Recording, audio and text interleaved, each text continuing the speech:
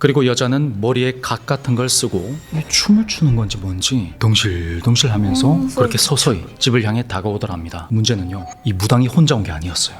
과외를 받을 학생을 구한다는 공고를 내요. 학습지 학원에 전화를 해요. 상담받고 싶다. 경찰이 이제 구인 광고를 낸 업체를 조사를 했어요. 존재하지 않는 유령 회사였습니다. 당시 그녀의 나이는 13살. 그녀는 경찰에게 이상한 이야기를 털어놔요. 죽은 여자가 자꾸 저를 찾아와요. 그 여자가 밤마다 나타나서 자신이 살해당했다고 저한테 말해요. 근데 그곳에는 분홍색 봉제 인형 하나가 놓여 있었습니다. 수사 과정에서 밝혀진 내용에 따르면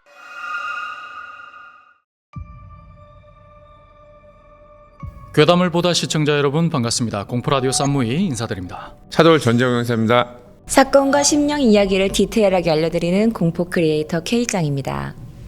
오늘도 전재영 형사님 그리고 K짱님과 함께하는 괴담을 보다입니다. 두 분께서 과연 어떤 이야기를 들고 오셨을지 정말 궁금한데요. 저희 시선너머 채널의 괴담을 보다에서는 여러분들의 공포 사연을 제보받고 있습니다. 지금 아래쪽에 보이는 이메일 주소로 보내주시면 아주 무시무시하고 오싹하게 풀어드릴 테니까요, 많은 제보 부탁드리겠습니다. 그럼 오늘의 괴담 속으로 들어가 보겠습니다.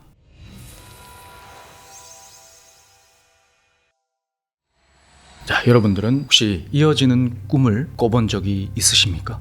그러니까 어제 꾼 꿈이 오늘 또 꿈으로 이어지는 그런 꿈인데, 이런 경우는 꿈이 별 내용이 아니더라도 뭔가 의미심장하게 다가오잖아요. 맞아요. 이번 이야기는 바로 이어지는 꿈에 대한 이야기입니다. 사연을 보내주신 가명으로 승민 씨는요, 지금으로부터 약 25년 전에 서울에 막 올라와서 대학에 다니고 있던 새내기였어요. 그 시절 기준으로도 꽤 외진 시골에 살던 승민 씨는요, 서울에서 경험하는 모든 일들이 정말 문화 충격이었대요. 새내기답게 승민 씨는 거의 하루 걸러 하루 술을 마시고 밤을 샜고 시간을 쪼개서 알바도 하고 나름 평범하게 대학 생활을 했다고 합니다. 근데 아무리 젊다고 해도 몇 달 동안을 그렇게 생활을 하니까 진짜 몸의 기력이 다 빠지는 그런 느낌이 들더래요. 뭐 별의별 핑계로 밤까지 술을 마시고, 그리고 다음날 바로 수업에 과제에 알바까지. 그러다 보니까 여름방학 직전에는 하루에 3시간 정도 자면서 그렇게 지냈답니다. 딱 이 시점부터 승민 씨는 정체불명의 꿈을 꾸게 되는데요. 그 배경은 승민 씨가 7살 무렵에 살던 넓은 마당에 있는 오래전 기억 속에 있는 고향집이었어요. 승민 씨는 마당에 있는 평상에 앉아있고, 마당에는 부모님과 고모, 이모, 사촌 동생들이 각각 전을 굽거나 나무에 있는 감을 따고 있었어요. 그 분위기가 꼭 명절 같더라는 거죠. 그때 승민 씨의 눈에 이상한 게 들어왔어요. 저 멀리 산마루에 눈에 확 띄는 선명한 원색의 옷을 입은 사람 형체가요, 흔들흔들 하면서 산을 내려오고 있더라는 거죠. 그런데 실제 고향집은요, 그렇게 시야가 탁 트이지도 않았고, 산에서 내려오는 사람이 보일 만큼 나무가 없는 산도 아니었지만, 꿈에서는 이상한 일도 당연하게 여겨지곤 하잖아요. 딱 그런 느낌이었대요. 승민 씨는 저 사람이 왠지 우리 집으로 올 것 같다, 저 사람은 대체 누군데 우리 집에 오는 걸까? 그렇게 막연하게 생각하다가 잠에서 깨어납니다. 다음날, 그날도 시험을 마치고 피곤에 절어서 기숙사에서 눈을 붙이는데요, 전날 꿨던 그 꿈이 그대로 이어지더랍니다. 그 산 중턱을 막 지나던 그 사람이 성별이 여자라는 걸 알아볼 만큼 좀 더 가까이 왔고, 승민 씨는 그제야 여자의 옷을 제대로 볼 수가 있었습니다.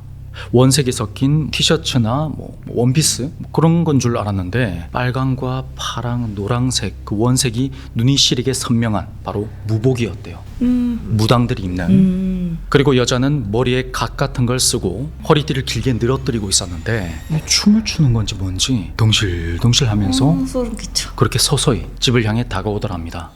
꿈속에서 7살 나이였던 승민 씨는요, 본능적으로 불길함을 느꼈다고 해요. 이게 무당분들이 그렇다는 게 아니라 아무리 꿈이라도 무당이 작두 타듯이 덩실덩실 그렇게 다가오면 뭔가 이상하잖아요. 그래서 승민 씨는 주변 어른들에게 저기 좀 보라고, 이상한 아줌마가 우리 집으로 온다고 그렇게 말을 걸었는데, 아무도 승민 씨의 말을 신경 쓰지 않더랍니다.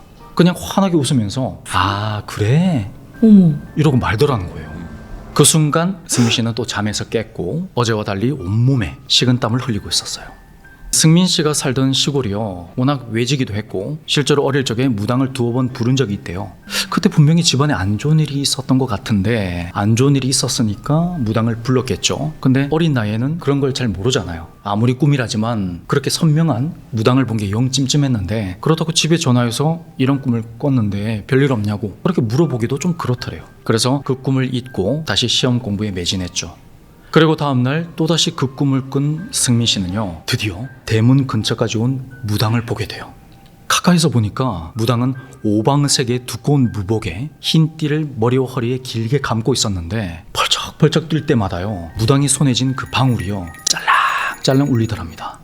근데 다른 가족들은 여전히 서로 웃고 떠들고 있고, 문제는요, 이 무당이 혼자 온 게 아니었어요.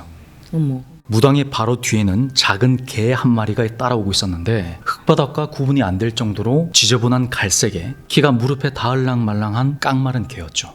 근데 문제는요, 개의 머리가 있어야 할 곳에 초췌하고 멍한 표정을 한 중년 남자의 얼굴이 달려 있었다는 거예요. 인면개구나. 네, 남자는 덥수룩한 머리에 얼굴에는 큰 점이 있었는데 성인 남자의 머리가 그 작은 개의 몸에 달려있는 게 너무 기괴하잖아요. 자세히 보니까요, 무당이 덩실덩실 하면서 두 걸음 앞으로 다가오면 이 개가 뒤에서 딱 그만큼 뒤따라오고 마치 무당이 그 개에게 길을 인도하는 것 같더래요. 그걸 깨달은 순간에 잠에서 깨어났는데 이번에는 승민 씨가요, 베개가 다 젖을 만큼 눈물을 쏟아냈답니다. 승민 씨는 바로 집에 전화를 걸었고 졸린 목소리로 전화를 받은 어머니에게 집에 무슨 일 없냐, 누가 아프시냐, 아니면 집에서 굿이라도 하는 거냐고 막 채근하듯이 물었죠. 어머니는 승민 씨의 목소리가 떨리는 걸 듣고 무슨 일이 있냐고 물었는데 막상 꿈 얘기를 하려니까 입이 안 떨어지더래요. 그래서 그냥 꿈자리가 사나워서 전화를 했다, 그렇게 둘러댔죠. 어머니는 집에 별일 없고 네가 요즘 기가 허해서 그런 것 같다면서 시험 끝나면 내려와서 몸보신하고 올라가라, 그런 말씀을 하셨죠. 그날은 책이 눈에 들어오지가 않고 하루가 순식간에 지나가더래요. 그렇게 늦게까지 책을 붙들고 있었지만 도저히 졸음을 참지 못하고 승민 씨는 다시 잠에 빠지고 맙니다. 그리고 이번 꿈은요, 지난번과 시간대가 달랐어요. 이제 대문 앞까지 왔을 거라는 승민 씨의 예상과는 달리요, 꿈속의 고향집 대문은 이미 활짝 열려 있었고 무당은 승민 씨가 앉아있는 평상 바로 옆에 있었어요. 그리고 그 개 있잖아요, 그 개는 처음으로 무당을 앞질러서 전을 붙이고 있던 고모의 바로 앞에 서 있는 거예요. 근데 무당이 집안에 들어와 있고 사람 머리에 개의 몸을 한 형상이 바로 앞에 있는데도 고모는 옆에 있는 이모와 수다를 막 떨면서 웃고 있어요. 승민 씨는 천천히 몸을 움직여서 고모에게 다가갔고 기이한 형상을 한 남자의 얼굴을 본 순간 입이 딱 붙어서 그대로 묻어버리고 말았습니다. 이 남자의 얼굴이요, 정말 말도 못하게 살벌하더래요.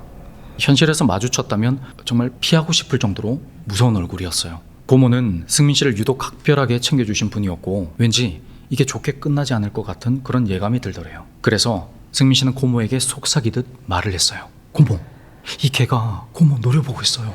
그러니까 남자의 얼굴이 승민 씨 쪽을 향해서 고개를 휙 돌리는데 더욱 화끈하고 험상궂은 얼굴로 승민 씨를 노려보고 있다는 거죠. 그때 꿈에서 딱 깨어났고 온몸이 식은땀이 흐른 상태로 소름이 막 돋더랍니다. 그리고 바로 그 순간에 휴대폰이 울렸고 전화를 하신 어머니는 간밤에 고모님이 돌아가셨으니까 주말에 내려오라, 그런 말씀을 하시더래요. 근데 그 순간에 승민 씨는요, 슬프다기보다는 무서움이 더욱더 크더래요. 이게 그냥 꿈이 아니었구나, 왜 고모를 더 적극적으로 돕지 못했나, 뭐 그런 생각에 다리가 막 후들거리더래요. 설마 그 개가 나까지 죽이려 하는 게 아닐까, 그런 생각까지 들어서 너무 두려웠다는 거죠.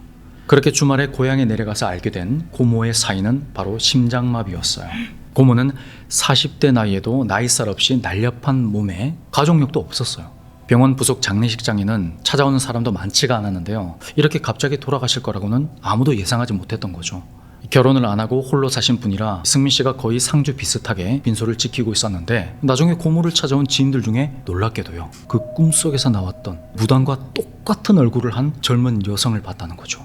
너무 놀라서 자세히 봤는데 처음에는 옷차림이 달라서 긴가민가 했대요. 근데 분명히 승민 씨의 꿈에 나왔던 그 무당이 맞았대요. 갑자기 뒷목이 뻐근해지면서 소름이 쫙 끼치는데 승민 씨는 어머니에게 가서 저 사람 대체 누구냐고 슬쩍 물어봤대요. 그러니까 어머니는 고모 지인이다 라고 했는데 뭔가 이상해요. 왜냐하면 고모는 한평생 시골에서 사신 분이라서 가족 외의 지인들은 대부분 동네 사람들이었거든요. 고모가 교회를 다닌 것도 아니고 저 사람을 대체 어떻게 알고 지냈나 싶은 거죠. 그렇다고 장례식장에 찾아온 분을 앞에 두고 뭐 누구냐고 캐물을 수도 없잖아요. 그래서 그냥 힐끔힐끔 쳐다만 보고 있었대요. 그러니까 그 사람은 이래저래 인사를 마치고 손님들 자리에 앉아 있었고 승민 씨가 용기를 내서 편육과 육개장을 챙겨들고 그녀에게 다가갔어요. 그리고 자연스럽게 고모님과 어떻게 아시냐고 물어봤대요. 그러니까 그 여자가요, 그 물음에 대답도 안 하고 이상한 말을 대뜸 하더랍니다. 당신이 못 막은 게 아니라 그저 되돌아간 것 뿐이고 마지막에 당신을 쳐다본 건 한이 깊어서 그런 거니까 걱정하지 말라고요. 무슨 말인지 모르겠죠. 그 말을 듣는데 등줄기에 벼락이 떨어진 것처럼 소름이 쫙 끼치더래요. 그러면 이 여자도 분명히 날 본 거고 그 꿈이 그냥 꿈이 아니었구나 싶더라는 거죠. 예지몽이었나. 네. 여자는 가져다 준 음식에 손도 대지 않고 일어나면서 또 이런 말을 해요. 고인의 소지품을 정리하다가 혹시 모르는 물건이 나온다면 꼭 태워서 없애라고요. 그리고 실제로도 고향집 짐 정리를 하다 보니까 부모가 쓰지 않은 물건들을 모아둔 가방에서 이상한 게 하나 나왔어요. 뭐였지? 손바닥에 들어오는 크기의 도자기병에 삼배를 씌우고 실을 감아 봉인해 둔 어떤 것이었는데 차마 그걸 열어서 내용물은 못 보겠어서 마당에 옷 태우려고 피운 불에 몰래 던져버렸대요. 그리고 세월이 한 10년 정도 흐른 뒤에 가게를 열게 된 승민 씨가 고사를 지내게 됐는데 그때 어떤 무당을 만나게 됩니다. 그때 갑자기 돌아가신 고모님의 그 물건이 생각나더래요. 그래서 그것에 대해서 물어봤대요. 그러니까 그분 말로는요, 그게 일종의 역살인 것 같다는 거죠. 어떤 방편인지 살을 날린 건지 몰라도요, 고모가 안 좋은 수법을 쓰다가 자기가 뒤집어 쓴 거라고요. 고모가 무당은 아니었으니까 벌전일 리는 없고 어떤 방법을 잘못 썼거나 꿈에 나온 그 무당이 되치는 바람에 본인이 당한 것 같다는 거죠. 정확한 건 알 수 없지만 승민 씨는 지금도 아주 가끔 그때의 그 악몽을 어렴풋이 꾼다고 합니다. 웬 남자의 얼굴에 깡마른 개의 몸을 한 형체가 자신을 죽일 듯이 노려보고 있는 그 꿈을요. 그렇게 친절했던 고모가 대체 무슨 사연으로 그런 방법을 썼던 건지, 꿈에 나왔던 그 사람 머리를 한 개의 존재는 뭐였는지 승민 씨는 아직도 의문이래요. 혹시 이것에 대해서 추측이 되시거나 하는 내용이 있으면 우리 구독자 여러분께서 댓글로 남겨주시면 좋을 것 같습니다. 고모님께서 네네. 역사를 맞은 것 같다고 하셨잖아요. 맞습니다. 그 얼굴을 한 그 남성에게 살을 날린 건데. 고모가 네. 근데 그 무당이 남성 얼굴을 한 사람의 그 살을 막아준 거죠. 그래서 이 고모가 역사를 맞은 게 아니실까. 그 무당분이 그 남자를 막아주면서 그런 게 아닐까요? 오, 되게 뭔가 일리가 있는 답변 같은데 네. 우리 형사님 괴담 파괴자 우리 괴담 파괴자로서 어떤 답변을 하실지 궁금하거든요. 진짜 궁금하네요. 개꿈인 것 같아요. 그만할 줄 알았어. 그만할 줄 알았어. 고모하고 무슨 원한 관계가 있었는데 그쵸. 근데 그 남성이 개만도 못한 놈인 거예요. 예를 들면 많이 뭐 개차반이거나 뭐 그래서 행동이 개 나네. 형상으로 그래서 나왔다. 개의 형사가 나온 거예요. 개 같은 놈이 사기 또는 이제 뭐 결혼할 것처럼 해서 예전에 이제 혼빈간이라고 했어요. 혼인빙자 간음죄 그런 거. 그거의 확률이 제일 높죠. 사기 아니면 혼빈간. 그 정도로 착했던 고모가 살을 날릴 정도가 될까요? 되죠. 네, 알겠습니다. 됩니다. 아니, 피해자 됩니다, 입장에서는 여러분. 됩니다. 살 날릴만 합니다. 네. 전 이해해요.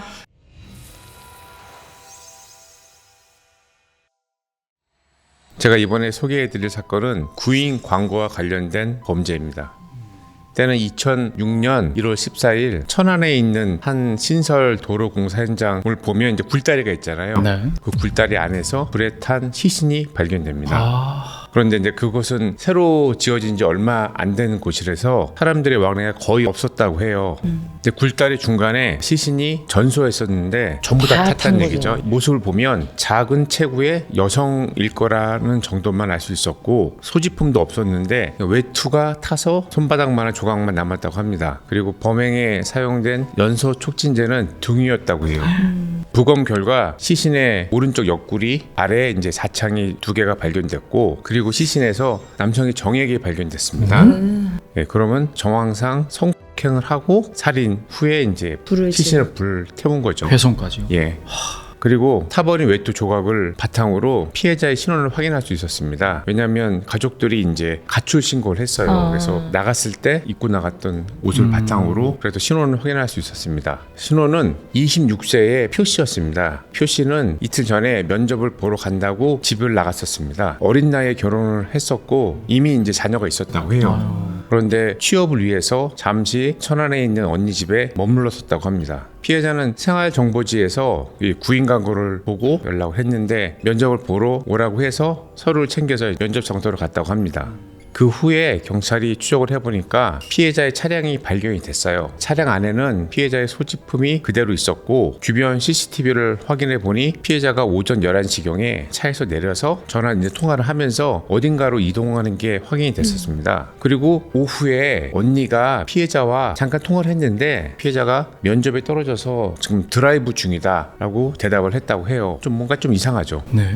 그리고 시신이 발견된 지 6일 만에 인근에서 다른 시신이 또 발견됩니다. 이번에도 여성 시신이었는데 그 인근 마을 주민이 자신의 논에서 저희 보면 비닐하우스에 덮는 두꺼운 천이 있잖아요. 네네. 그런 천이 있어서 치우려고 보니까 그 안에 시신이 있었던 거예요. 양팔은 이제 이렇게 노란 테이프로 뒤로 묶였고 얼굴에는 비닐로 싸고 거기 위에 또 테이프로 이렇게 감겨져 있었습니다. 사인은 질식사였는데 이전에 발견된 시신과는 달리 성폭행 흔적은 없었어요. 피해자는 26세 송 씨였고 공통점이 송 씨도 취업을 준비 중이었습니다. 그래서 취업을 하기 위해서 집에서 나와서 천안에 있는 한 고시원에 거주 중이었어요. 두 번째 피해 여성이 마지막 통화 내역한 걸 보니까 은행과 통화를 했었어요. 본인이 얼마 정도 인출할 수 있는지에 대해서 물어봤다고 합니다. 그것도 좀 이상하죠. 맞아요. 그리고 통화했던 시기가 첫 번째 피해자가 면접을 봤던 날, 그날은 오전이었고 그날이 오후였어요. 통화했던 시기가. 그러면 첫 번째 여성은 오전에 피해를 본 것 같고 두 번째 여성은 이제 오후에 피해를 봤다는 그런 가정이 성립이 됩니다. 같은 날에. 같은 날, 그러니까 두 여성이 모두 같은 날 피해를 당한 것으로 보였어요. 경찰이 이제 구인 광고를 낸 업체를 조사를 했어요. 존재하지 않는 유령 회사였습니다. 그리고 전화번호가 이제 두 개가 기록이 됐었는데 하나는 우리가 일반 전화라고 유선 전화죠. 동사무소 전화번호였고 휴대전화를 확인해 보니까 대포폰이었습니다. 그리고 이제 그게 1월 9일에 개통이 되어서 약 4일간 사용되었고 12일에 정지됐습니다. 그래서 경찰이 추적을 한 끝에 범인으로 추정된 사람이 택배를 통해서 대포폰을 전달받은 사실을 확인했습니다. 택배 기사를 통해서 수원에서 30대, 40대로 보이는 작은 체구의 남성이 대포폰을 받았다는 진술을 확보합니다. 그리고 범인이 사용한 대포폰을 추적해 보니까 수원, 시흥, 구로, 천안 등 총 13개의 기지국이 있는 곳에서 사용이 되었어요. 그래서 경찰은 여러 기지국들에서 사용된 통화 기록 약 72만 건을 분석을 합니다. 이 세부적인 내용은 뭐 보안사항이기 때문에 말씀 못 드리고요. 분석을 했는데 겹치는 번호, 이 지역에서 통화되고 이 지역에서 통화되는 겹치는 번호 등을 확인하는 작업 등을 거쳐서 모 렌트카 업체와 통화를 한 수상한 전화를 찾아냅니다. 그 렌트한 명의자는 시흥에 사는 40대 여성이었어요. 그런데 실제로 차를 빌려간 사람은 남성이었습니다. 좀 수상하죠? 네. 그리고 해당 렌트 차량이 범행 바로 전날에 천안으로 들어오는 것도 확인해요. 굉장히 유력한. 유력합니다. 조사한 결과 실제로 렌트한 사람은 렌트 명의자 여성과 같은 주소로 돼 있어요. 그럼 뭐 가족 관계인 거죠. 네네. 부부는 아니었고 그 여성의 남동생이었어요. 남동생은 당시 34살인 명병석이라는 사람이었어요. 그런데 이 명병석을 조사해 보니까 특수 강도 강간 등 전과 사범이었습니다. 그리고 범행이 발생한 지 약 7개월 전에 출소했어요. 그럼 거의 범인이라고 확인할 수 있죠. 네. 경찰이 3개월에 걸친 수사를 통해서 명병석을 피의자를 특정을 하고 검거하려고 합니다. 그런데 검거하려는 시점에 4일 전에 이미 인천에서 검거가 됐어요. 다른 사건으로. 다른 인천에서 특수 강도와 성폭행 미수로 검거된 거였어요. 이 사건을 보니까 인천에서 스튜어디스 출신 20대 여성이 과외를 받을 학생을 구한다는 공고를 내요. 그런데 이 명병석이 자신의 병원의 의사라고 속이고 자신의 딸의 과외를 받고 싶다. 그래서 여성을 자기가 렌트한 차량으로 유인합니다. 그래서 렌트한 차량 내에서 돈을 뺏고 성폭행을 하려고 했어요. 근데 그 피해 여성이 정말 죽을 힘을 다해서 저항을 해서 가까스로 탈출합니다. 사실 여기서 그 피해 여성이 또 성폭행을 당했고 그러면 살해했을 확률이 맞아요. 높죠. 그렇죠. 정말 다행인 것은 이 상황을 택시기사가 목격을 해요. 차량 번호를 경찰에 신고합니다. 그래서 인천 우리 형사들이 출동해서 시흥 고시원에 살던 명병성을 검거한 겁니다. 당시에 이제 명병성을 검거하고 보니까 자신이 한 건 아니고 공범이 시킨 거다. 나는 심부름만 한 거다. 주범이 시킨 거다.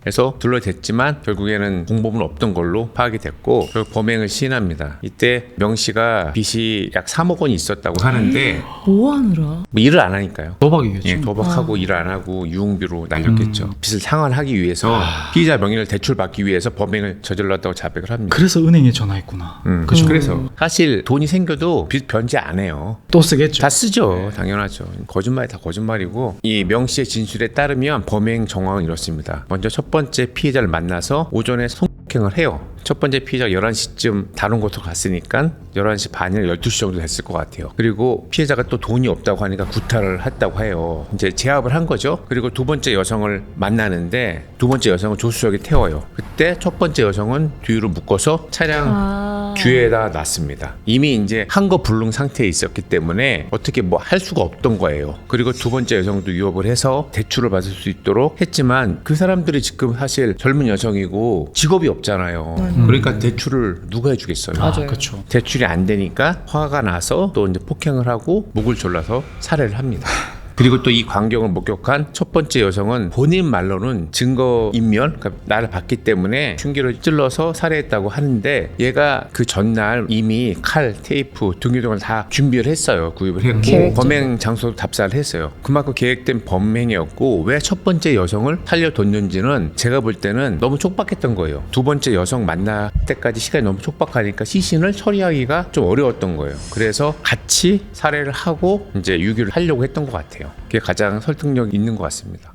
첫 번째 여성이 사실 칼에 찔렸을 때는 완전 사망한 게 아니었어요. 아이고. 시신에서 목에 그림이 있었다고 하니까 그때는 맞아요. 이제 사실상 거의 뭐 죽은 거 같이 보이지만 숨은 붙어 있던 거죠. 살아있는 상태에서 살아있는 상태로 이제 불을 태운 거죠 사실. 너무 끔찍하다. 그렇게 불에 타서 죽는다는 게 네. 제일 진짜 끔찍하고 맞아요. 고통스러운 죽음이라고 들은 적 하더라고요. 있어요. 예. 네. 그리고 또 경찰의 수사 결과 이 명 씨의 다른 범행도 밝혀집니다. 와. 범행을 저지르기 약 한 달 전에 렌트카로 이제 돌아다니다가 학습지 학원에 전화를 해요. 상담받고 싶다. 그리고 50대 상담사 여성분을 유인합니다. 유인해서 돈을 빼앗고 살해하고 시신을 또 유기했습니다. 얘는 범행이 여성을 차에 태우고 돈을 뺏고 아니면 성폭행을 하든지 한 후에 이제 살해하는 게 딱 구조예요. 그 얘가 이걸 자백을 한 거예요? 아니면 밝혀진 거예요? 밝혀진 거죠. 조사를 하다가. 아 미친놈이네 맞아. 진짜. 출소한 지 얼마 되지도 않아가지고. 예. 그래서 명병석은 살인죄로 법원에서 무기징역을 선고받습니다. 사형이 아니라요? 예. 몇 명을 죽여야 사형에 나오는 그러니까. 걸까? 이 사건은 물론 이제 오래된 사건이지만 요즘도 비슷한 것 같아요. 이제 그 방식만 약간 바뀐 것 같아요. 예전에 생활정보지 벼룩시장 그런 거 많이 보고 했는데 요즘은 뭐 중고 물품도 그렇고 모임도 그렇고 다 온라인 통해서 하잖아요. 네, 소모임 같은 예. 그런데 사실 온라인을 통한 모임이나 뭐 구인이나 것도 익명성이 보장이 되고 하기 때문에 사실 이게 정확히 맞는 건지에 대해서 위험성이. 예, 위험성 항상 네. 리스크가 있습니다. 그래서 항상 한 번 더 확인하고 이게 아닐 수도 있겠다는 의심하는 습관이 필요합니다. 뭐 사업자 등록증을 확인한다든지. 예. 그래서 이 사람이 제공한 것만 가지고 확인하지 말고 다른 경로를 통해서 확인할 수 있는 방법이 있거든요. 그래서 조금이라도 의심이 들면 네. 뭐 만나거나 그런 거에 굉장히 조심을 해야 됩니다. 저도 일본에 살았잖아요. 예. 근데 우리나라에 그 당땡이라고 네네네. 중고 물품 할 때 그쵸. 직접 만나서 직접 거래라는 게 있잖아요. 예. 근데 제 아는 일본 친구가 듣더니 깜짝 깜짝 놀랐어요. 놀랐죠. 왜냐면 일본에는 그런 건 상상할 수 없다고. 모르는 사람을 직접 어딘가에서 만나서 거래를 한다? 그 자체가 약간 일본 친구 입장에서는 정서가 안 맞네. 네, 그래서 그런 게 있다면서 저한테 그러는 거여서 그렇대. 나도 아직 안 해봤는데 나 일본에 있을 때니까 대단하다고. 어떻게 모르는 사람 그렇게 만날 수 있지? 그만큼 그 한국인의 정서가 맞아요. 일본이랑 많이 다르기 맞아요. 때문이죠. 다르니까. 저도 근데 좀 놀랬거든요. 근데 이제 한국 와서 지금은 적응이 됐지만 그때 일본 당시만 하더라도 모르는 사람과 만나서 어떻게 그걸 그럴 수 있겠네. 거래하지? 약간 네. 그런 생각이 들었던 적이 있었어요. 명병석이 구직하는 여성들하고 통화를 15번 정도 했다고 하더라고요. 15명과 했는데 이제 나이를 물어보고 본인이 원하는 나이대가 20대 중반이더라고요. 나이가 많으면 거절을 했더라고요. 본인이 원하는 취향의 여성, 젊은 여성을 대상으로만 제안을 한 거예요. 목표를 딱 그치, 정하고 애초에 있네요. 성폭행이라는 목표가 그쵸. 있으니까. 예. 그리고 두 번째 여성을 성폭행 안 한 이유는 명확해요. 첫 번째 오전에 성폭행 성폭행을 했기 때문에 이미 그래서 안 한 거예요. 성욕이 해소가 되어서. 그렇죠. 해서 하는 거죠.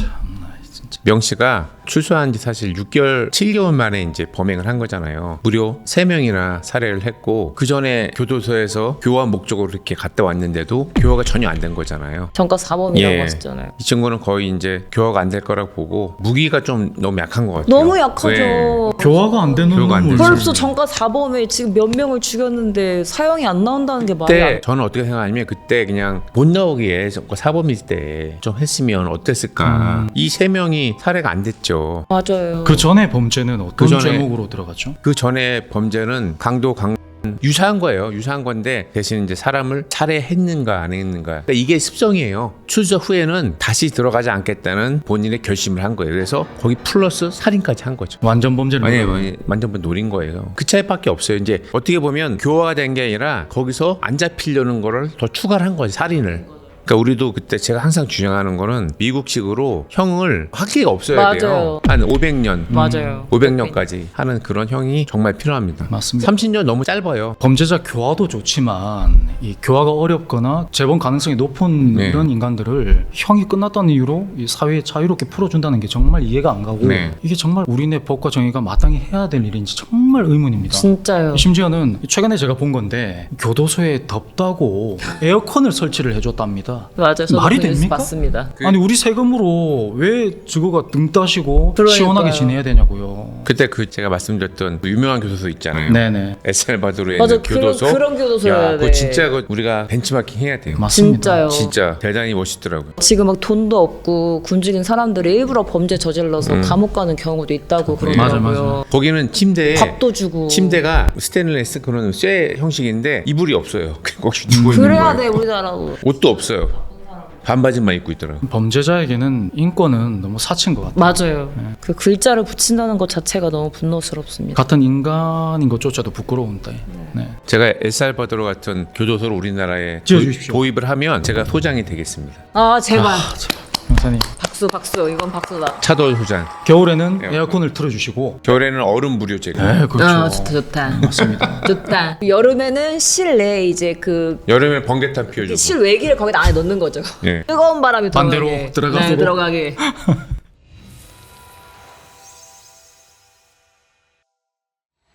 제가 지금부터 들려드릴 이야기는요. 1999년 3월에 홍콩에서 일어났던 사건입니다. 세기 말이네요. 1999년 3월 홍콩. 당시 홍콩은 중국 반환 이후로 새로운 시대를 맞이하고 있었습니다. 도시는 여전히 화려했고요. 침사추이의 거리에는 관광객들이 넘쳐났고 네온사인은 밤새 꺼지지 않았다고 합니다. 그렇죠. 고급 호텔과 명품 매장 그리고 유명 식당들이 늘어서 있었고 사람들은 홍콩의 밤을 즐기기 위해서 거리를 막 나오기 시작합니다. 하지만 이 화려한 거리에서 몇 걸음만 벗어나면 전혀 다른 세상이 존재했는데요. 오래된 당로와 뒷골목 범죄 조직이 드나드는 은신처가 있었습니다. 그리고 사회의 가장 밑바닥에서 살아가는 사람들이 모여있는 공간들이 있었는데요. 이번 사건은 바로 그런 곳에서 시작된 이야기입니다. 피해자의 이름은요. 판만이라는 23살의 여성이었습니다. 어린 아들을 둔 젊은 여성이었는데요. 판만이의 삶은 사실 순탄치가 않았습니다. 어린 시절부터 경제적으로 매우 어려운 환경에서 성장했고요. 안정적인 가정과는 거리가 좀 멀었습니다. 성장 과정에서도 여러 문제를 겪었던 것으로 알려져 있는데요. 성인이 된 이후에도 그 상황은 크게 달라지지 않았다고 합니다. 생계를 위해서 유흥업소에서 일을 해야만 했고 여러 사람들과 복잡한 관계 속에서 살아가고 있었습니다. 당시 홍콩 언론은 그녀를 사회적으로 매우 취약한 위치에 놓여있던 여성으로 묘사했는데요. 하지만 그녀 역시 사실은 그냥 평범한 한 인간이었죠. 좋아하는 것이 있었고 걱정하는 가족도 있었고 돌봐야 하는 어린 아이도 있었기 때문입니다. 누군가에게는 딸이었고 그리고 누군가에게는 친구였고 누군가에게는 엄마였죠. 그러나 1999년 봄 그녀의 인생은 돌이킬 수 없는 방향으로 흘러가기 시작합니다. 그 중심에는 첸만 록이라는 남성이 있었습니다. 당시 34살의 남성이었는데요. 홍콩 언론에서는 그가 삼합회 조직과 관련된 인물로 보도했습니다. 폭력적인 성향으로 알려져 있었고 그의 주변에도 비슷한 사람의 부류가 끼리끼리 사이언스 느낌으로 모여 있었죠. 량승조, 량와이룬, 그리고 훗날 경찰을 찾아오게 되는 13살의 소녀 아퐁. 이들은 모두 침사추이 일대의 어두운 세계와 연결되어 있었는데요. 사건의 발단은 사실 일단은 돈 문제였습니다. 가해자들은 판마니가 자신들의 돈을 훔쳤다고 주장했는데요. 일부 보도에서는 홍콩 달러로 4,000달러 정도로 판마니가 훔쳐갔다고 주장했습니다. 하지만 정확한 액수는 중요하지 않았어요. 중요한 것은 그들이 법적으로 해결할 생각이 전혀 없었다는 겁니다. 그들은 판마니를 직접 불러요. 그리고 그녀를 이제 붙잡기로 결정한 거죠. 1999년 3월 어느 날 판마니는 침사추이 가린웨이 로드 31번지의 낡은 건물로 끌려갑니다. 겉으로 보기에는 평범한 그냥 오래된 건물이었는데요. 하지만 내부는 전혀 달랐습니다. 빛이 거의 들어오지 않는 아주 좁은 공간이었고요. 곰팡이 냄새가 배어있는 벽, 그리고 외부의 시선이 닿지 않는 구조로 되어 있었습니다. 그곳은 사실상 뭔가의 은신처, 숨을 곳 이렇게 사용되고 있었다고 하는데요. 판마니는 그곳에 감금됩니다. 처음에는 그냥 돈 갚아, 내 돈 내놔 이런 협박으로 시작됐는데요. 시간이 지나면서 상황은 점점 악화됩니다. 그녀는 밖으로 나갈 수가 없었어요. 그리고 누군가에게 도움을 요청할 수도 없었죠. 전화도 할 수 없었어요. 왜냐면 묶여있는 상태였으니까. 수사 과정에서 밝혀진 내용에 따르면 판마니는 장기간의 폭행 그리고 학대를 당했는데요. 그 과정이 너무 끔찍해요. 시간이 흐를수록 그녀의 상태는 눈에 띄게 악화되었습니다. 여러 증언에 따르면 그녀는 머리카락이 거의 다 빠져있는 상태였고요. 몸 곳곳에는 상처가 거의 남아있었고 살 가죽이 약간 벗겨진 곳도 있었다고 합니다. 그 정도로 좀 고문이 심했는데요. 정상적인 생활이 어려울 정도였다는 그런 진술도 있었습니다. 처음에는 그녀도 저항하려고 했을지도 모르죠. 하지만 시간이 지나면서 그녀의 몸과 정신은 점점 그들에게 지배당했고 점점 한계에 가까워지고 있었습니다. 더 무서운 것은 아무도 그녀를 찾지 않았다는 점인데요. 가해자들은 사실 그걸 알고 있었어요. 아무도 그녀를 찾지 않을 거라는 걸. 그들은 자신이 들키지 않을 거라고 확신을 하기 시작합니다. 그리고 시간이 지날수록 더욱 대담해집니다. 1999년 4월 중순 판마니는 결국 사망하기 이릅니다. 정확한 날짜는 지금도 명확하게는 확인되지 않는다고 해요. 시신이 너무 참혹해서 정확한 사인을 알 수가 없었던 거예요. 왜 죽었는지. 온몸 전신이 전부 다 폭행에 막 살가죽 벗겨있고 그러니까 어떻게 죽었는지 사인을 알 수가 없는 거예요. 그리고 그 이후 가해자들이 벌인 행동 때문이기도 한데요. 방 안에 이미 시신이 있었어요. 그쵸? 가해자들은 자신이 무슨 일을 저질렀는지 알고 있었어요. 하지만 경찰에 신고하지 않았죠. 당연히. 대신 범행을 숨기기로 결정합니다. 수사와 재판 과정에서 밝혀진 내용에 따르면 이 가해자들은 증거를 없애기 위해서 시신을 은닉하기 시작하는데요. 그 과정에서 피해자의 유해 상당수가 사라지게 됩니다. 그러니까 토막을 내서 버린 거죠. 훗날 경찰이 수사에 착수했을 때 발견할 수 있었던 것은 극히 일부의 유해뿐이었습니다. 이 때문에 법의학자들은 정확한 사망 원인을 특정하는 데 큰 어려움을 겪게 될 수밖에 없었던 거죠. 사건은 그렇게 영원히 묻히는 것처럼 보였습니다. 하지만 한 명의 소녀가 침묵을 깨게 됩니다. 1999년 5월 24일 날 홍콩 경찰서에 한 명의 어린 소녀가 찾아와요. 당시 그녀의 나이는 13살. 언론에서는 아퐁이라는 이름으로 알려진 소녀였습니다. 그녀는 경찰에게 이상한 이야기를 털어놔요. 죽은 여자가 자꾸 저를 찾아와요. 라는 말을 한 건데요. 그 여자가 밤마다 나타나서 자신이 살해당했다고 저한테 말해요 라고 경찰한테 말한 거예요. 그리고 자신의 머리가 어디에 있는지, 어디에 숨겨져 있는지 자신에게 알려준다 라면서 경찰에게 말한 거죠. 경찰은 당연히 처음에는 소녀의 말을 믿지 않았죠. 하지만 소녀가 계속해서 같은 이야기를 반복한 겁니다. 그리고 경찰이 무시하기 어려울 정도로 구체적인 장소 그리고 구체적인 상황을 이야기하기 시작한 거예요. 그래서 결국 경찰은 믿져야 본전이다 라고 생각하면서 소녀가 지목한 장소를 수색하기로 결정합니다. 그곳은 홍콩 구령반도 침사추이 가리누에 로드 31번지 바로 판마니가 감금되어 있던 장소였는데요. 수사관들은 건물 안으로 들어가 낡은 계단을 따라 3층으로 올라갑니다. 그리고 문제의 방문을 열게 되는데요. 실내는 어두웠고 공기는 무거웠습니다. 방 안 곳곳에는 사람들이 머물렀던 흔적들이 남아 있었다고 해요. 수사관들은 현장들을 하나하나 살펴보기 시작합니다. 바닥과 벽면, 가구 틈새, 그리고 방 한 구석. 근데 그곳에는 분홍색 봉제 인형 하나가 놓여 있었습니다. 처음에는 아무도 주목하지 않았어요. 그냥 아이들이 흔히 갖고 노는 평범한 캐릭터 인형이었기 때문에 그냥 굳이 볼 필요 있나? 누가 버리고 갔나 보지 라고 생각을 했던 거죠. 하지만 이 수사관들이 인형 내부를 확인하는 순간 현장의 분위기가 완전히 바뀌게 되는데요. 그 안에서는 사람의 두개골 일부가 발견됩니다. 수사관들도 충격을 감추지 못했는데요. 유해 감정 결과 그것은 판마니의 유해일 가능성이 매우 높은 것으로 확인됐습니다. 그리고 바로 이 순간부터 홍콩 언론은 이 사건에 새로운 이름을 붙이기 시작하는데요. 바로 헬로 키티 사건.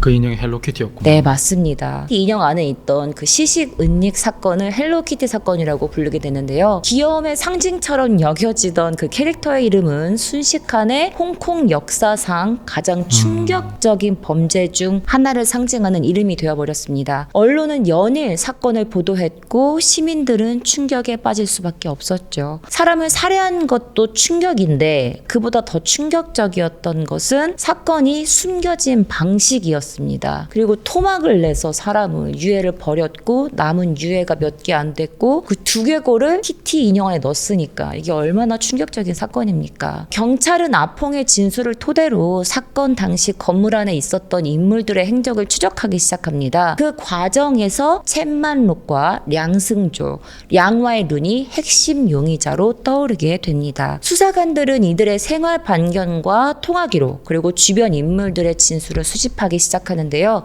특히 아퐁의 증언은 사건의 흐름을 재구성하는데 중요한 역할을 하게 됩니다. 그녀는 가린웨이 로드 건물에 드나들었던 인물 가운데 하나였으며 사건 당시 건물 내부 분위기에 대해서 비교적 자세하게 알고 있었어요. 신기하죠?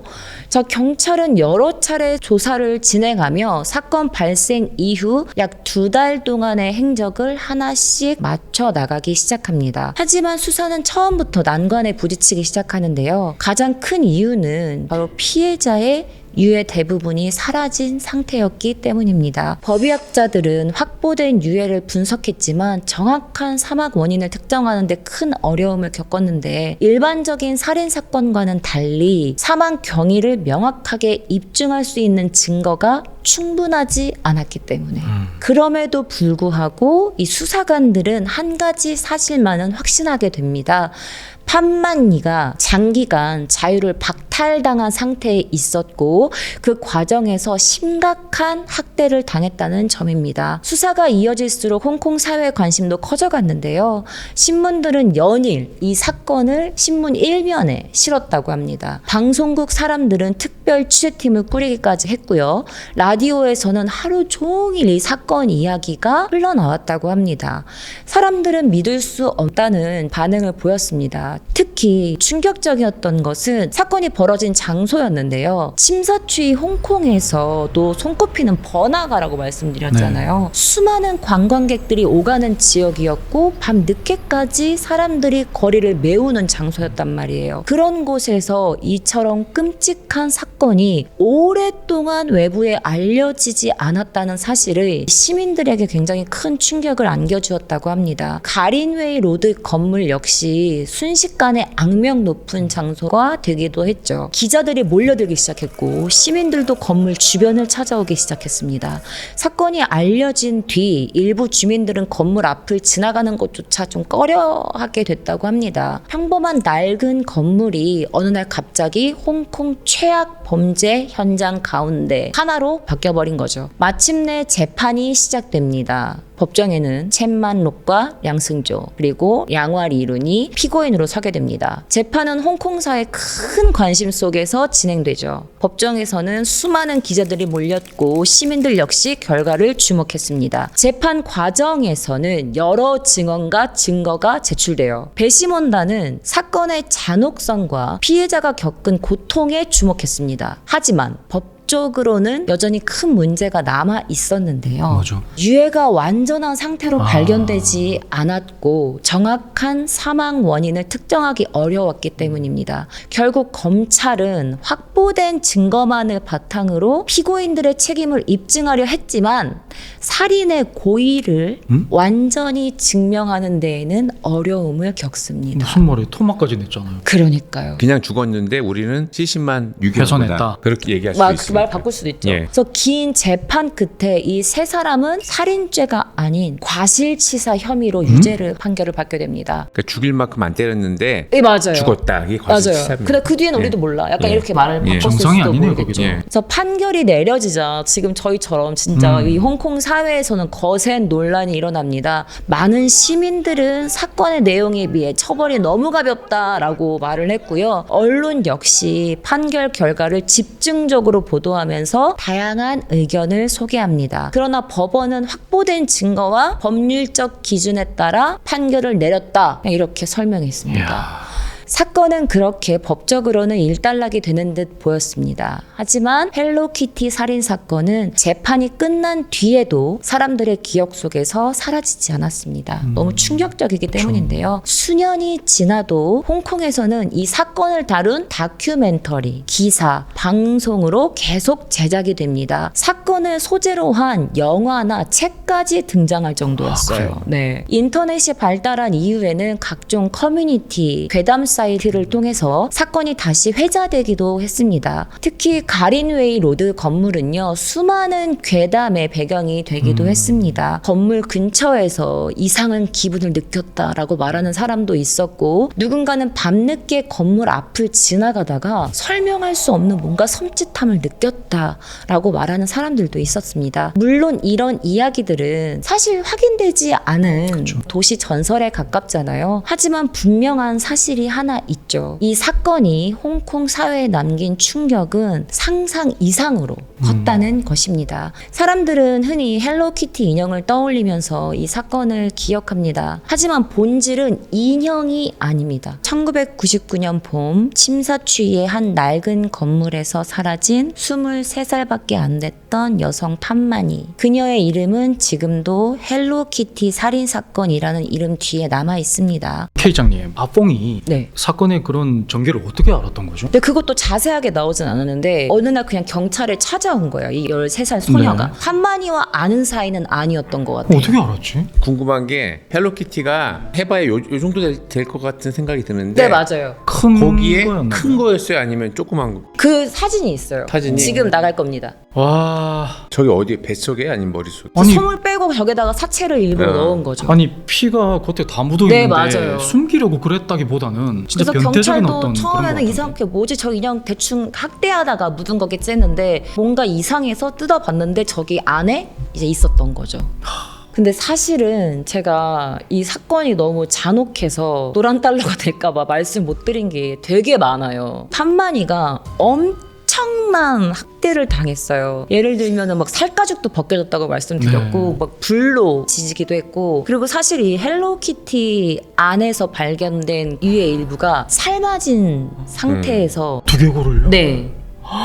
그러니까 제 생각에는 아마 그 사체를 썰기 위해서 얘를 좀 이렇게 유하게 만들어야 잘 썰리니까 그걸 삶아가지고 토막을 낸 다음에 여기저기 뿌린 거죠. 아니 제정신으로 할 수 네. 있는 짓입니까 이게? 제정신 아닌 것 같은데요. 그러니까 사람들이 이제 탄압의 조직이었다고 했잖아요. 네. 그러니까 안 좋은 건 다 한 거예요. 뭐 마약도 하고 그러다 보니까 제정신이 아닌 상태죠. 왜냐하면 정말 제정신으로서는 일단 할 수 없는 학대였기 때문에 그 과정을 다 설명드릴 수 없는 게 너무 안타까운데 그 마약도 그 제목에 들어갔나요 혹시? 안 들어갔습니다. 안 들어갔겠죠. 네, 과실치사만 나왔습니다. 밝힐 수가 없죠. 우리. 네. 시간이 지나면. 그리고 어차피 이 사건과는 관계가 없는 사건이었기 때문에 마약과는 그러니까 과실치사로 끝난 거예요. 그렇게 해놓고 야 말이 안 되네 정말. 그래서 진짜 많은 홍콩인들이 분노한 분노를. 사건이었어요. 네. 근데 그것까지 다 생각했던 것 같아요. 일부러 그 사체를 유기한 것도 어차피 밝혀내지 못할 거라는 그 확신이 있었다고 했잖아요. 걔네들이 걸려도 뭐 상관없지 해서 삶아가지고 그 삶은 것도 막 지문도 없애고 막 뭐도 하고 막 그렇게 한 다음에 걸려도 그냥 백제라 그런 느낌이 아니었을까요? 이 정도면 기존에 다른 범죄를 또 저질렀을 그렇겠죠. 가능성이 높겠네요. 높죠. 그죠? 거의. 높죠.